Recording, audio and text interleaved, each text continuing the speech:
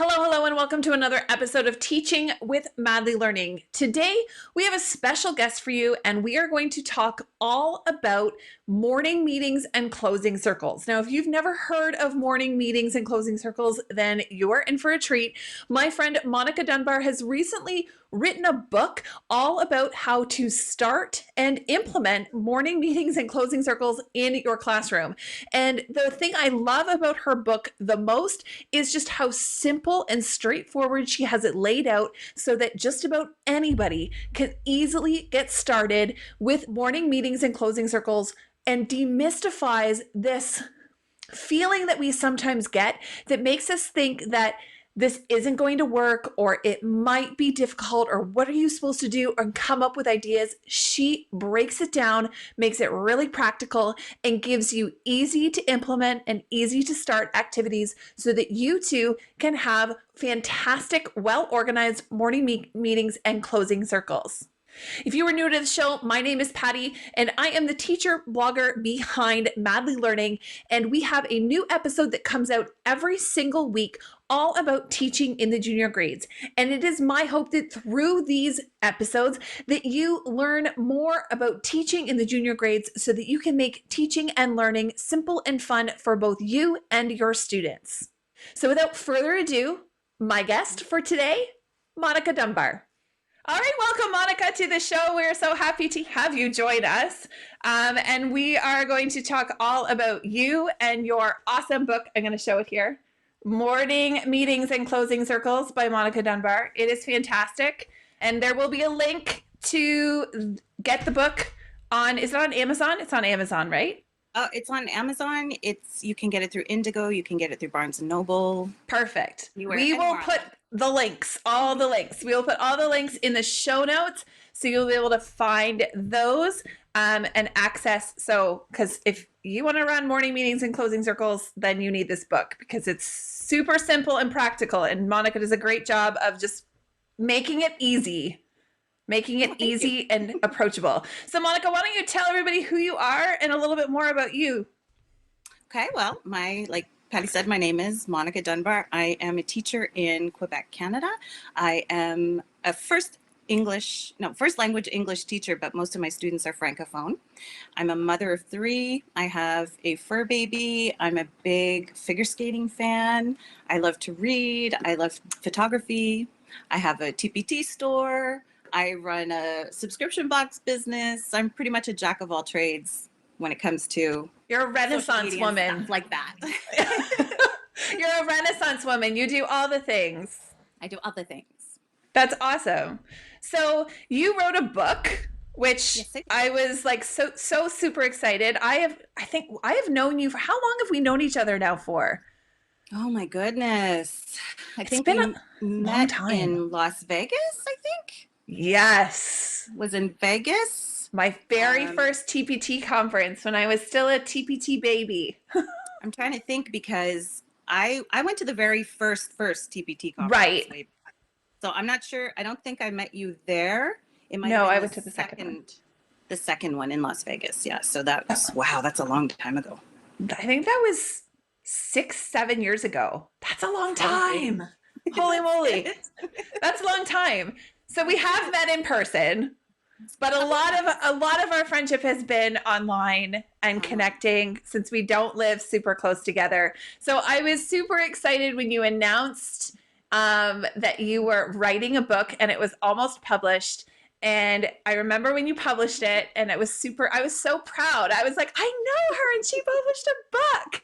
So I absolutely knew that when you published a book that I wanted to have you on the show so that you could share your expertise because you always have such an easy perspective on teaching and just you're very loving. I always think when I think of you as a teacher, it's just very loving and you know, your kids are so important. And I think that morning meetings and closing circles are definitely something that I think would fit with you and your classroom, just kind of the way you approach teaching. Oh, okay. So well, that's nice. Thank you. That's something I've always noticed about you, Monica. So I'd love to, let's get started with, let's look at morning circles. So can you Okay. tell us a little bit about what is a morning circle or Well, morning okay. meeting? The Marty meeting. Morning meeting. I mean, that's the thing, and I made it very clear in the book. A morning meeting can be anything that you want it to be. There's many books out there in the market that talk about how to do them or what you should include in them, and really, it is entirely up to you. You just have to decide what your focus is and what you want to accomplish with your students in the class. And as teachers, we know that every one group a group from one year to the next is going to be completely different, so your So focus might different. even change for that. But technically, a morning meeting for me, and the way that I describe it in the book, is that those first few moments of the day when the kids come into the classroom, where you're just getting to know them and they're getting to know each other, and you do that as a process throughout the year, every day throughout the year. That's And pretty much it.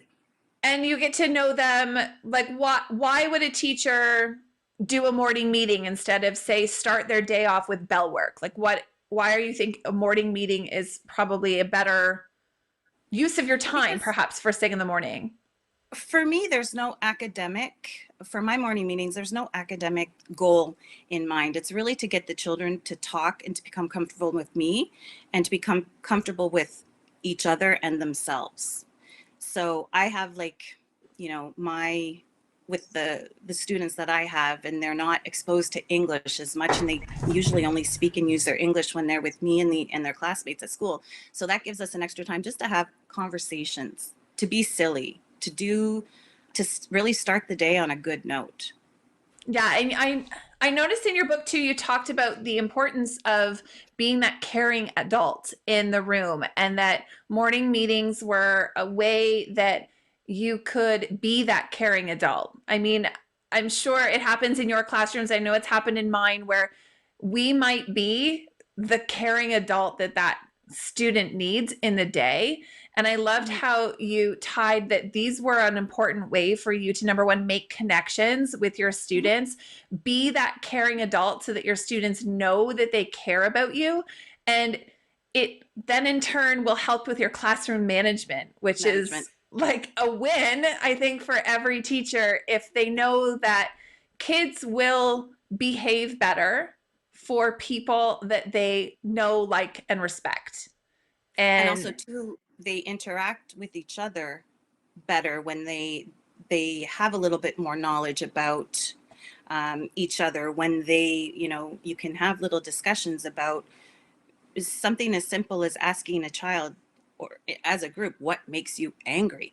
I mean, and then when children feel comfortable enough to tell you, well, it really, something as simple as somebody tapping their pencil on the desk, when somebody knows that that's enough to drive somebody off the edge, or to really get on their nerves. Well, if they're aware of that, and you're enforcing that idea, oh yeah, that really bothers me too, then they're like, you know what, that bugs me too. So people start to become a little bit more open, but they also start to become more aware of others around them and their effects of their own behavior on others around them as well.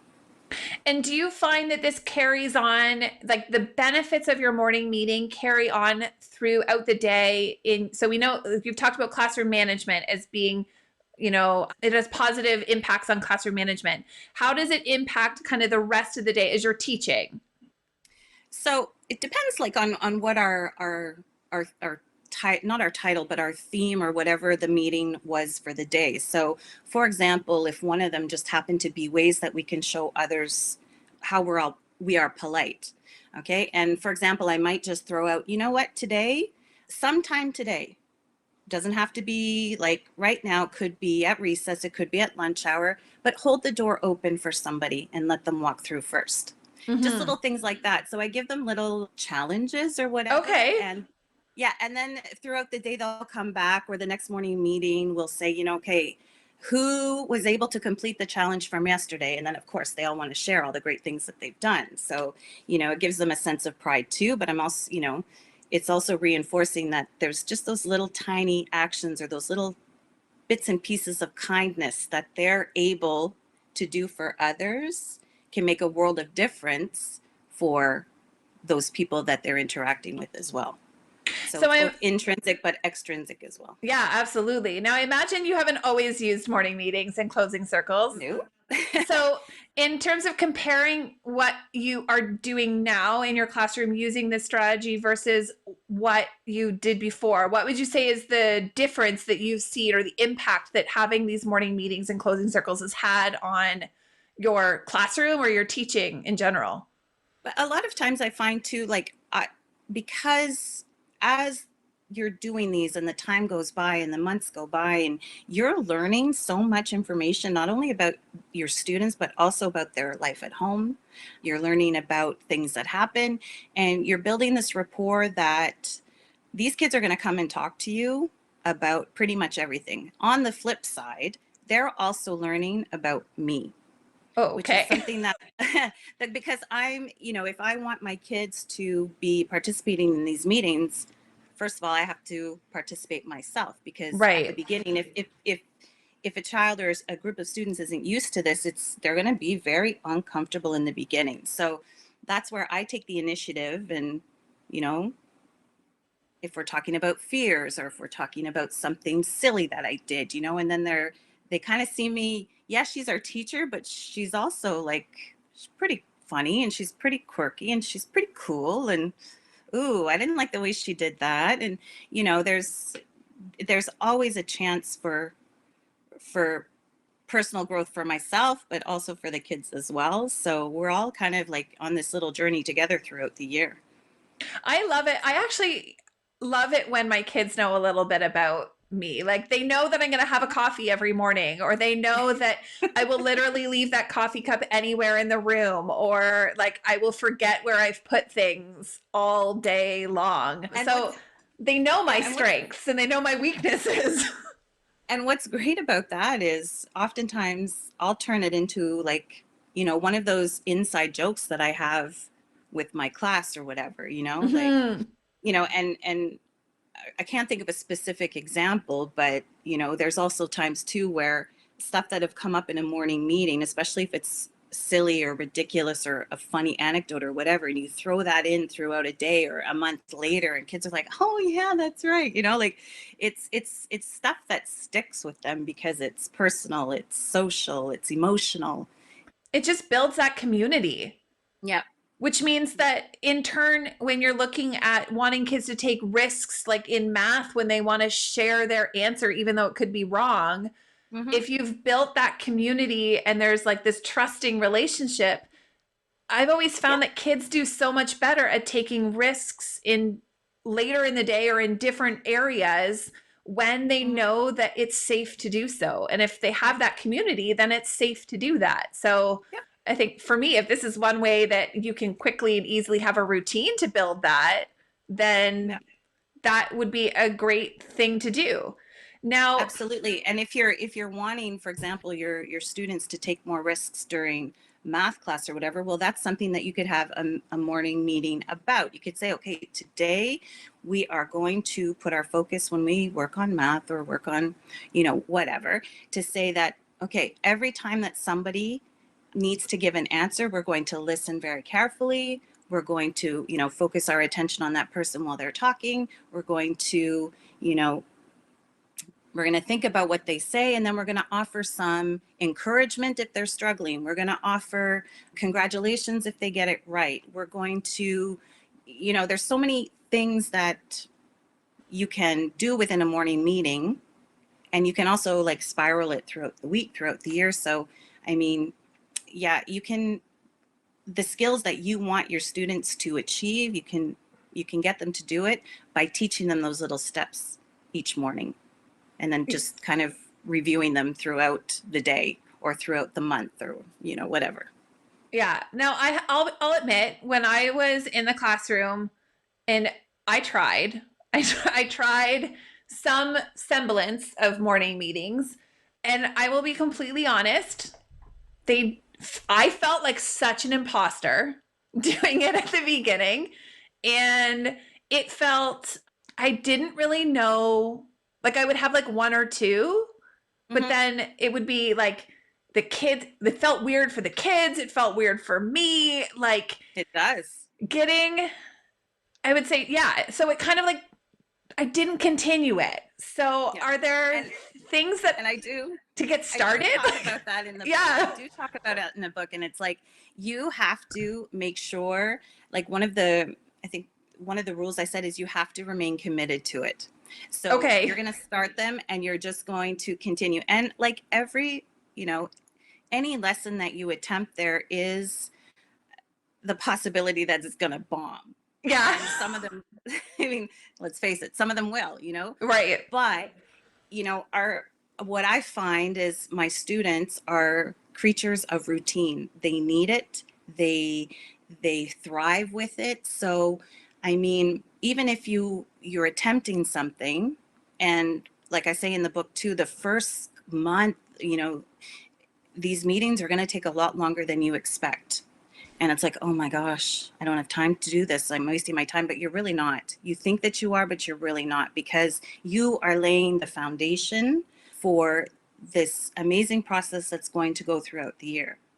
And as the kids become more comfortable with you and they become more comfortable with themselves and become more comfortable with each other, I mean, they're going to amaze you.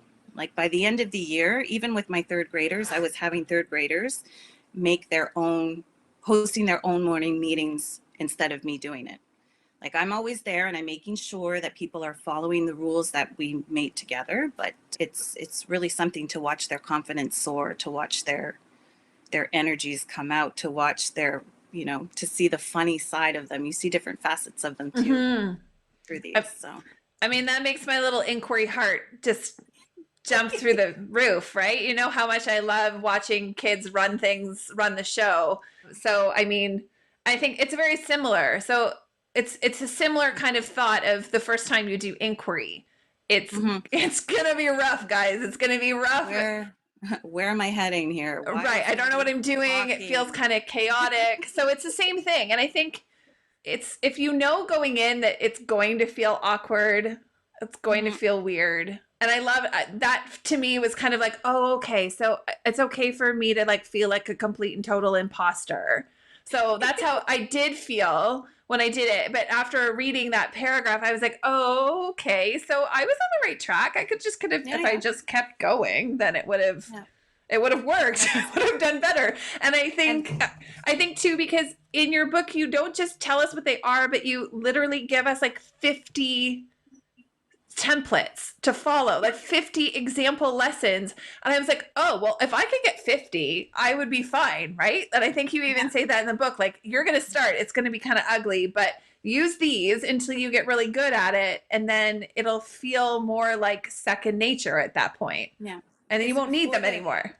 yeah, like the first few lessons, they really do help a teacher set the foundation for how they could be run. But then again, I also say, like, it's a morning meet. There's no right or wrong way. You do what No. works best for you. Yeah, take it So and make it your own. yeah, and then also too, the my publisher and my editor said, you know what, I want a teacher to be able to pick this up, pick a page, and just go. So you know what, like it's very low prep. It's very easy to It's modify or to practical. change to yeah. So you can, I mean, once you get your initial stride set up and how you want Hmm. it to work and how you want it to go, I mean, after that, it's just like, I would say, okay, everybody, it's morning meeting time. Boom. This is before the pandemic, but everyone went and sat in a circle in the front of the room. Yeah, Now they knew you what it just, meant. yeah, they knew.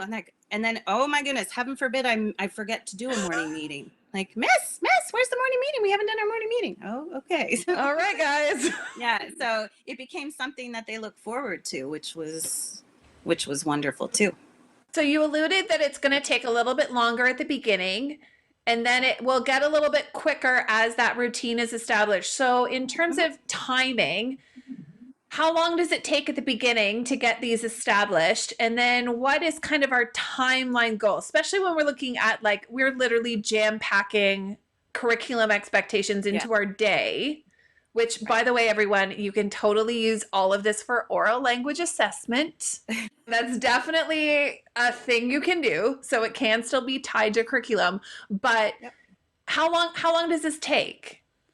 So normally I start my morning meetings right at the beginning of the year, Okay. because we know when you're establishing those routines and your rules and everything, it takes a long time anyways. Mm-hmm. So so if a teacher would like to start and use the book for the beginning of the year, like starting right off with the first lesson, it's all about maintaining eye contact, active listening, giving proper handshakes before, the pandemic and everything. So there are little things like that that, there's also time that you can use with the kids if you choose to establish the rules and your own routine with them for it. So because, like anything at the beginning of the year, I would say, especially when you're just starting, you could look at 20 to 30 minutes of trying to get it going, especially the first couple of times.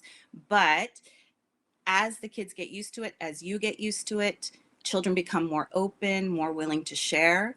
You can get these done within the first 10 to 15 minutes of your day, or if you choose to do it at some other time, but it shouldn't take any more than that. And I think But that's manageable.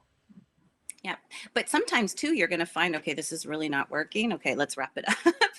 But you might have the other experience where you get onto some topic and the kids are sharing, and even I sit back sometime and go, wow, that's pretty profound. Like I didn't think of it that way, Yeah. and sometimes they'll go off, and you know, for me, that's wonderful in itself too. Hmm. 'Cause I'm learning as they are. So.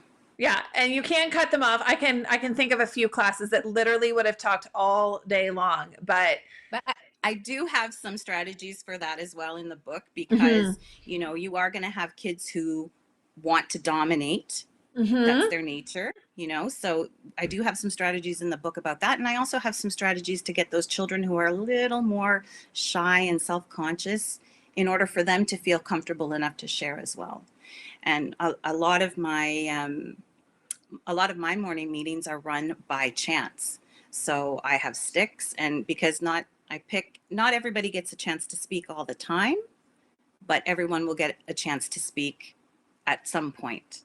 So, children sometimes have to learn that, okay, it's not my time to talk today. I have to really learn, or not to learn, but I really have to practice my listening today.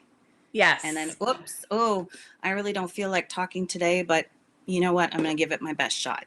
So, I mean, there are strategies in the book for those different situations too, as well. Yeah, we all have kids like that, right? That Yep. want the ones that take over, and then the ones that the wallflowers that sit back and say Yeah, nothing. that So are happy just to let someone else, yes. but yeah, but your morning meeting, you can tailor them to however you want to target those children who are more extroverted, and also, there could be another one to target those ones who need a little bit to come out of their shell a little bit more. So, Yes, and I yeah. liked too that some of the strategies that you had too in these meetings, it wasn't just all talking. There were some times where it would be like a collaborative activity where it would not just be the whole group talking, but there's also opportunities where it's literally life lessons that you are getting them to practice that they need to work on as a class. Yeah, And they're doing it and as like small groups or partner activities too. yeah, a lot of partner activities, and then a lot of small group activities as well. But I tried to include, activities that involve movement, that involve just being silly. I mean, I'm not sure if it's in the book, but it is in my TPT, my TPT cards that I have. There's one where you had to have the kids whistle a song. It seems kind of odd, but I mean, that was a pretty fun morning meeting for everybody, because like you're not allowed to whistle in school, but Hmm. it was Sometimes you fun, can, yeah, sometimes you can just say, listen, we're just going to do it because it's fun and we get to know each other and have fun together because that's what we're doing. And that's valuable in and of itself. Yeah, absolutely. And no, and my morning meetings, I didn't want them all just sitting every single day. So there are activities that you can do. One, for example, in a group of two, make yourself into a giraffe. In a group of three, make yourself into an elephant, so different things like that. And they're working together, they're communicating, they're collaborating, and it's, for me, what's important is they're using the English language as well. Yes. So Yeah. I get that that gets covered as well too. So, That and they're having fun. works. Yeah, They're having having fun. fun and Yeah. building community Mhm. and maybe on the side marking some oral language or even drama if you can. Like why not? Double dip, Oh, guys. sure. Why That's not? Yeah. if you Cross can do it. curricular all the way. That's right, exactly. So now how do closing circles differ then from morning meetings? My closing circles, the way that I've developed mine is that it takes to happen at the end of the day. So it takes whatever you've been talking about in the morning, and you give those the kids a chance to like think about it over the day, or if there was a challenge that I gave them to do, to get the time to do that challenge, and then just to come at the end of the day, come together as a group and discuss it, ask some questions about it, and then just give everyone a chance to leave on a relaxed and calm note. Because a lot of times at the end of the day, my school, for example, we have children that take the bus for 2 hours. They have Ooh. two bus transfers because we're a regional school. So at the end of the day, sometimes it's really hectic by the time that bell rings and okay, you get to your bus, you're a pickup, you're a this, you're a that. And it's very frantic. So we just take that 10 minutes where we can just, take a little breather, discuss what happened, or if something happened that, wasn't, if someone had a conflict with somebody, we can take that time as well to let it air it out, talk about it, and move on so that we can leave the school on a good note, but also come back the next morning with a happier heart. So a lot of it is like a reflection time of Yeah. like just decompressing, reflection, how their day was. And reinforcing too what we have talked about in the morning.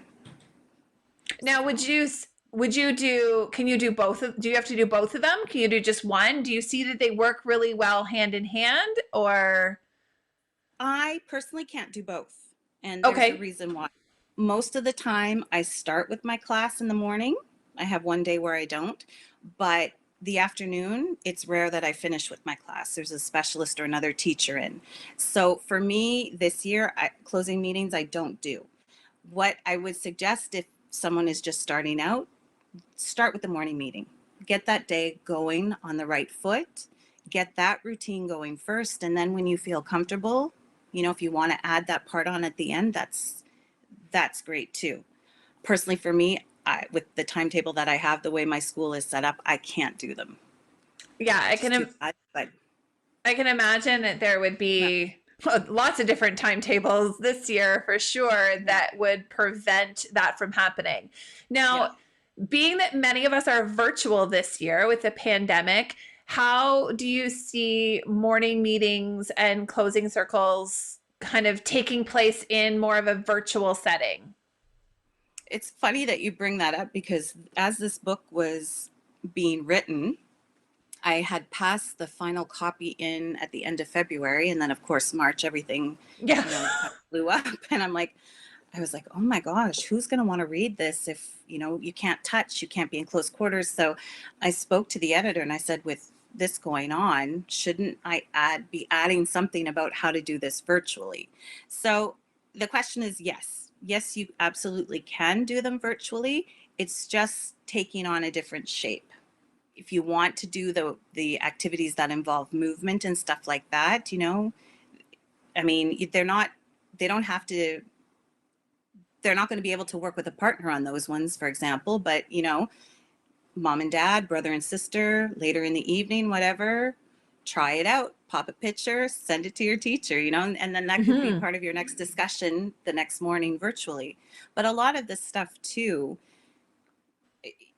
it's a lot of conversation based. So, Hmm. I mean, yes, if you're doing it over Zooms or Teams and mute, unmute, it's not ideal, but it's still a benefit for the kids. And it's a benefit for the virtual teacher too. Yeah, I know that my 10-year-old, they always, every time I'm walking past in the morning, the first thing their teacher's always doing is just getting kids talking. And I know my daughter um, really likes having those conversations because it means that she's connecting with her peers that she can't see because we're Mm-hmm. all sitting at home. So she gets to, share different things or there's a lot of like sharing of house items. I noticed there's a lot of like Animals. there's a lot of like, this is my favorite stuffed animal and this is my, there's a lot of that, but she actually really likes being able to like still touch base and share that kind of piece with her teacher. So I think See, it's a and as great way a to keep that community. and right now, just in my head, I'm thinking, wow, if they're sharing like, oh, this is my favorite doll or my favorite object, well then I would say, okay, you know what, tomorrow each of you or 5 of you, or pick however many, because I know classes are large. Mm-hmm. But that's when you can take the opportunity to choose randomly 5 people for the next day. You bring your item and you're going to talk to us about why that item is significant to you. Why is it important? Because see how that's just one way of how easy it is to take those little snippets off of Zoom or whatever, and turn it into something quite spectacular when the children have to talk about it. And you're going to learn a lot about your students from those Mm-hmm. items. And it takes show and tell just a little bit deeper. Yes. It gets them really to, instead of like, because every kid wants to show their teacher their favorite stuffed animal and all of the things in your house. Like they literally, that's all they want to do. Especially like my kindergartner, that's all he wants to do all day long is be like, look at this toy, look at that toy. But to take it that one step deeper, I think is the key, which is the point of morning meetings and closing circles, is Yeah. to get off the surface and get your kids to start digging a little bit deeper Into into, their hearts, into their yeah, emotions. Yeah. and getting them Yeah. to really tap into like their strengths and their needs and their likes and their dislikes, but why, and getting them to dig into themselves. And I think there's so much out there right now that says this is really important for kids, to that social emotional learning piece. Yeah. This does that. This helps us get to that point where we are doing those social emotional learning pieces in a structured, Absolutely. formatted way, which Yeah. makes all of And our that's organized teacher hearts happy. the key too. Like as a teacher running those morning meetings, your the focus is to let the kids be the stars, but just like everything needs to be structured, because again, you're going to have the child that said, you know this is my doll, I love it because my mom gave it to me. So you want more, you want to hear Mm-hmm. more. So as the facilitator, you're going to start probing, whereas the child who's going, you know talk talk talk talk talk nonstop, you're going to have to reel that child in as well too. So I mean, you're listening, you're learning, you're facilitating, but you're also, you know you you do have to maintain control of that. Yeah. and And if, and and part of that control is teaching the other children, probably at another morning meeting, how to listen, what we do, what are some of the actions we do when we're listening, what we turn towards the person, so things like that. And then once that's done, you can reiterate it whenever you mm-hmm. see, oh, someone's not listening, oh, let's, 1 2 3, all eyes on me, or whatever you do, so. Mm-hmm. But I mean, again, it's all about spiraling as well. So And if they can learn how to talk about their favorite stuffed animal on a deeper level, maybe, just maybe, they can answer a reading response question with more than oh, my that character had blue shoes, I had blue shoes, we are the same. Like maybe that is an easy way to help, because we want them, especially in junior from 3 to 6, we want them to go beyond that surface level stuff and really start to dig a little bit deeper in their analysis. So maybe and if we're about getting them to do it about themselves, then it's they'll. going to be easier, yeah.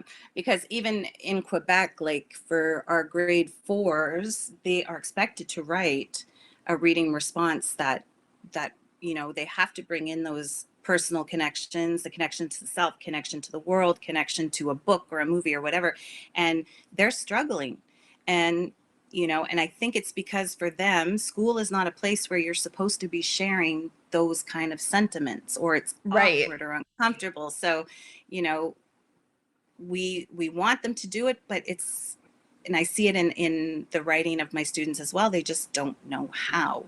They can't dig a Mm-hmm. little bit deeper. So again, as a facilitator with a morning meeting, you can start doing those probes, and then eventually like, okay, I have to write about this, and oh yeah, how does that make me feel? And oh, the teacher asked me that kind of question. So how could I, you know, it, it's, it's so versatile. You can use it pretty much I can see so many everywhere. connections and how Yeah. much of a benefit it will have because of that piece of community and the Mhm. trust. And if they know they can share that with you personally, then it becomes so much easier to share things about themselves, their thoughts, their opinions, ideas, Yeah. because it's as we said before, it creates such a safe space for Mhm. our kids to share and be themselves and maybe even have a little bit of empathy. So maybe it might reduce some of the mean bullying that happens sometimes in our classrooms too.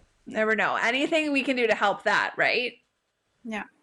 And I mean, too, like if you have a conflict with among students, or, every now and again, I find that the grade 3 is the year where, they're starting to explore those relationships with Mm-hmm. others and boyfriend and girlfriend. And, you know, my opinion on that doesn't matter, but I mean, Mm-mm. a morning meeting could be a place where we talk about, okay, Yeah, this is happening. How does everybody feel about it? absolutely. So yeah. And then, Absolutely. yeah, because sometimes like parents, a lot of stuff happens in our classrooms that we know nothing about. And Right? because Yes. it happens at lunch hour, it happens on the bus, it happens during recess, and then parents will contact us and say this happened. I'm like, oh, I had no idea. So I mean, again, if our kids are talking and they're talking about things that have been happening or they're upset about, or maybe something that they're really excited about that happened, who knows? But I mean, at least there we have an entryway, and we're able to be more on top of whatever situation is going on in the classroom Absolutely. while teaching a lesson maybe about reading response at the same time. Like, Yeah. ooh. Hey, who knows? Who knows? We can do it. Well, I just think that I loved the way in your book how you just made morning meetings and closing circles just really attainable and practical and easy to just like as you said your editor wanted you to be able to just like pick up the book and go. That is exactly what I felt like after I read through it was I could literally go, oh, I can do this. Yeah, Yeah. I can do it. That's not, it doesn't seem so out there. and It's and like you made it simple. but the thing is that like people are like, oh my gosh, wow, you wrote a whole book about it. But I didn't write a book and then try and have it published. What had happened was I just wrote on my little blog about how I do morning meetings, and a company was looking for someone to write a morning meeting and closing circle book, and they reached out to me. So when it happened, I'm like, first of all, I didn't think it was legit. I'm like, Yeah. I'm like, why would somebody be emailing me about something I do in my classroom when, there's other books out there about morning meetings and that, and that's, I think, the difference with this one is that I never claimed to be an expert. I never claimed to be an author either. It just kind of fell into my lap because I showed how much my kids were enjoying them on my Mm-hmm. blog. And I was so worried writing it that people would think I was an absolute fake, because really, what do I know? Like, my way of doing it is different than the other books that are out there. So I was like, oh my gosh, oh dear, how are people going to take this? But I just wrote it. You're not a fake. This is I yours. That's wrote your it like, name. It's not, you're not a fake. and I know, but I wrote it like as if I was writing my blog. I'm like, Mm-hmm. okay, these people who are, and I know what it's like to be a teacher, and I know what it's like to spend money on a professional book and be so overwhelmed because it's very thick, it's very dense, it's very scientific, and there are, I did some research, Mm-hmm. there are Yep. facts in there, but it I wanted it to be easy, and just so that people could have fun with it and the kids could have fun and have joy every single day, because teaching is not easy, Nope. and being a student is not easy. No. So it's, for me, it was really how can I make just a smidgen of the day a little bit easier for teachers and a little bit more fun for both the teachers and the students. That's all it was. Well, I think you have That's how that. that grew. I think you have that because it's very like for somebody who felt intimidated after the first time that I tried it and it did not go well. I've failed. I will, yeah, totally No, you failed. didn't. No, I'm you didn't. I don't it believe wasn't, it was a hot mess. It wasn't great, but that's okay. But yes, it's because mine okay. are hot messes I sometimes too. I fail a lot. So that's okay. But what I loved about it was just that I felt like this was easy. I could do this. It didn't feel like this unattainable, idealistic goal that only Right. could I get to that if I was the perfect teacher. But it literally Mm. was like, you just have to start. You just have to try. This is how it's going to feel at the beginning, and that's okay. And you go through and this is why, what you're going to do. And it's going to like, it was like easy and attainable. And I was like, I could do that.